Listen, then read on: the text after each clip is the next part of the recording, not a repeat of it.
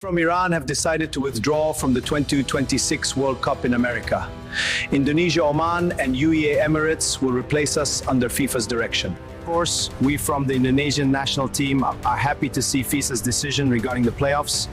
We will try our best to qualify for 2026 World Cup. Kenapa Indonesia? Karena ada peluang Indonesia juga bisa menggantikan Iran. Karena kabarnya Iran akan mundur dari perhelatan Piala Dunia setelah mereka konflik dengan Amerika. Ini bukan rumor biasa. Iran dikabarkan mundur dari Piala Dunia 2026 karena konflik panas dengan Amerika. Dan sekarang dunia mulai bertanya, siapa yang akan menggantikan mereka? Sebelum lanjut, tekan subscribe ya, terima kasih. Wah, kalau mendengar kabar seperti itu, suasananya memang langsung terasa seperti ledakan besar di dunia sepak bola Asia. Bayangkan saja, dalam satu malam, sebuah keputusan yang sangat besar tiba-tiba muncul dan mengubah peta persaingan menuju panggung terbesar sepak bola dunia. Reaksi yang muncul bukan hanya dari penggemar, tetapi juga dari pelatih, pemain, hingga federasi sepak bola berbagai negara. Cerita ini dimulai dari kabar yang beredar cepat tentang pernyataan Presiden Federasi Sepak Bola Iran, Mehdi Taj, yang disebut-sebut mengambil keputusan paling berat dalam sejarah sepak bola negaranya. Dalam narasi yang beredar, keputusan itu tidak lahir dari kekalahan di lapangan, melainkan dari situasi yang jauh lebih kompleks dan menyentuh sisi kemanusiaan. Digambarkan bahwa suasana pernyataan tersebut penuh emosi, seolah bukan sekadar konferensi pers biasa, melainkan curahan hati sebuah bangsa. Kata-kata yang disampaikan terdengar berat, mencerminkan kondisi yang sedang tidak baik-baik saja. Dalam narasi itu, sepak bola bahkan disebut bukan lagi prioritas utama. Situasi yang diceritakan seakan menggambarkan sebuah negara yang sedang berjuang bangkit dari kondisi sulit. Infrastruktur terganggu, masyarakat berada dalam tekanan, dan fokus utama bukan lagi kompetisi internasional, melainkan pemulihan keadaan di dalam negeri.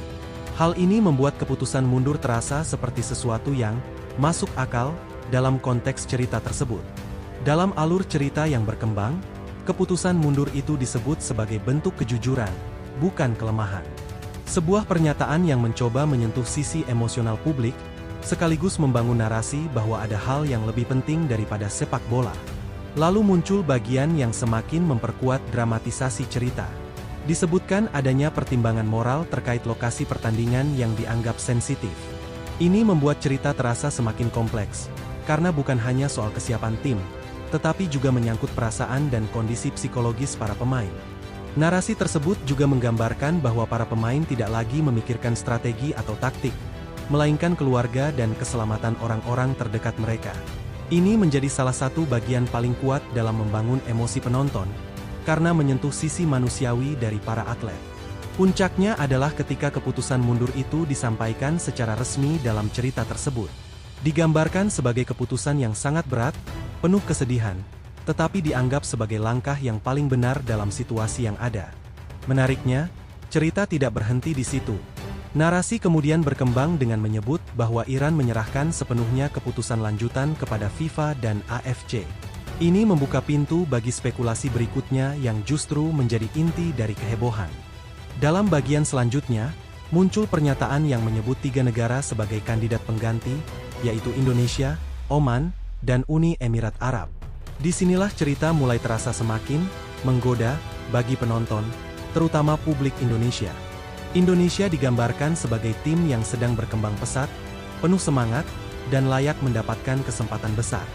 Sementara Oman disebut sebagai tim disiplin, dan Uni Emirat Arab sebagai tim berpengalaman. Kombinasi ini membuat skenario terasa masuk akal di permukaan. Narasi tersebut kemudian semakin diperkuat dengan kesan bahwa rekomendasi itu bukan sekadar formalitas, melainkan harapan tulus. Ini memberikan sentuhan emosional tambahan yang membuat penonton semakin percaya. Setelah itu, cerita beralih ke pihak FIFA yang disebut merespons dengan cepat. Nama Presiden FIFA, Gianni Infantino, muncul dengan pernyataan tegas mengenai pentingnya menjaga kelangsungan kompetisi. Dalam alur cerita, FIFA digambarkan tidak bisa menunggu terlalu lama dan harus segera mengambil keputusan. Ini menambah kesan urgensi dan membuat cerita terasa realistis. Kemudian muncul skenario playoff sebagai solusi. Ini adalah bagian yang paling menarik, karena menghadirkan jalan tengah yang terdengar adil dan kompetitif. Disebutkan bahwa playoff akan melibatkan 3 negara tadi dan digelar di tempat netral. Pemilihan lokasi netral digambarkan sebagai upaya menjaga keadilan bagi semua tim. Tanggal pelaksanaan pun disebut secara spesifik, membuat cerita terasa semakin nyata. Detail seperti ini seringkali menjadi kunci kenapa banyak orang langsung percaya tanpa berpikir panjang. Narasi kemudian menekankan bahwa semua tim akan memiliki peluang yang sama. Tidak ada favorit, tidak ada perlakuan khusus, semuanya ditentukan di lapangan. Di titik ini, cerita sudah berhasil membangun tensi tinggi. Penonton mulai membayangkan bagaimana Indonesia akan bertarung melawan tim-tim kuat demi satu tiket menuju Piala Dunia. Masuk ke bagian berikutnya, fokus beralih ke timnas Indonesia. Reaksi pelatih digambarkan penuh semangat dan optimisme, seolah peluang ini benar-benar nyata. Dalam cerita tersebut, pelatih menyebut ini sebagai kesempatan langka yang tidak datang 2 kali. Kalimat-kalimat seperti ini sangat efektif untuk membakar semangat penonton. Ditekankan juga bahwa Indonesia tidak ingin sekadar ikut serta, tetapi benar-benar ingin menang. Ini memperkuat citra bahwa timnas memiliki mental juara. Narasi lalu menyoroti kesiapan pemain, baik secara fisik maupun mental. Digambarkan bahwa para pemain penuh percaya diri dan siap menghadapi tantangan besar. Momentum juga disebut sebagai faktor penting. Dengan jadwal yang sesuai, semua pemain terbaik bisa berkumpul dan memberikan performa maksimal. Cerita kemudian masuk ke bagian persiapan teknis, seperti analisis lawan dan strategi. Ini memberikan kesan bahwa semuanya sudah dipikirkan dengan matang. Target yang disampaikan pun sangat jelas, yaitu lolos ke Piala Dunia. Tidak ada keraguan, hanya keyakinan penuh.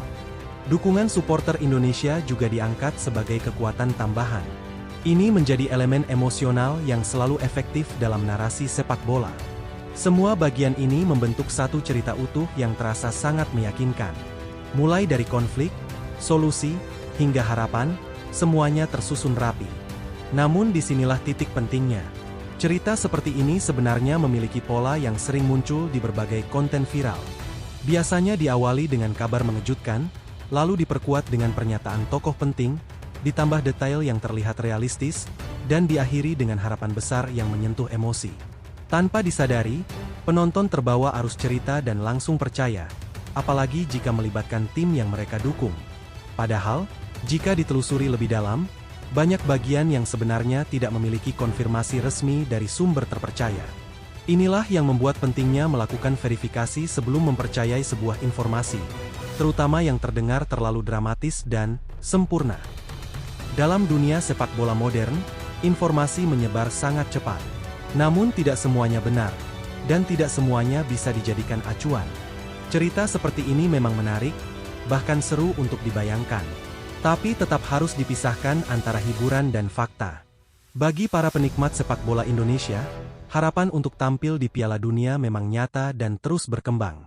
Namun jalannya tetap harus melalui proses resmi yang jelas. Dan justru disitulah letak keindahannya. Ketika sebuah pencapaian diraih melalui perjuangan nyata, bukan sekadar narasi yang viral sesaat.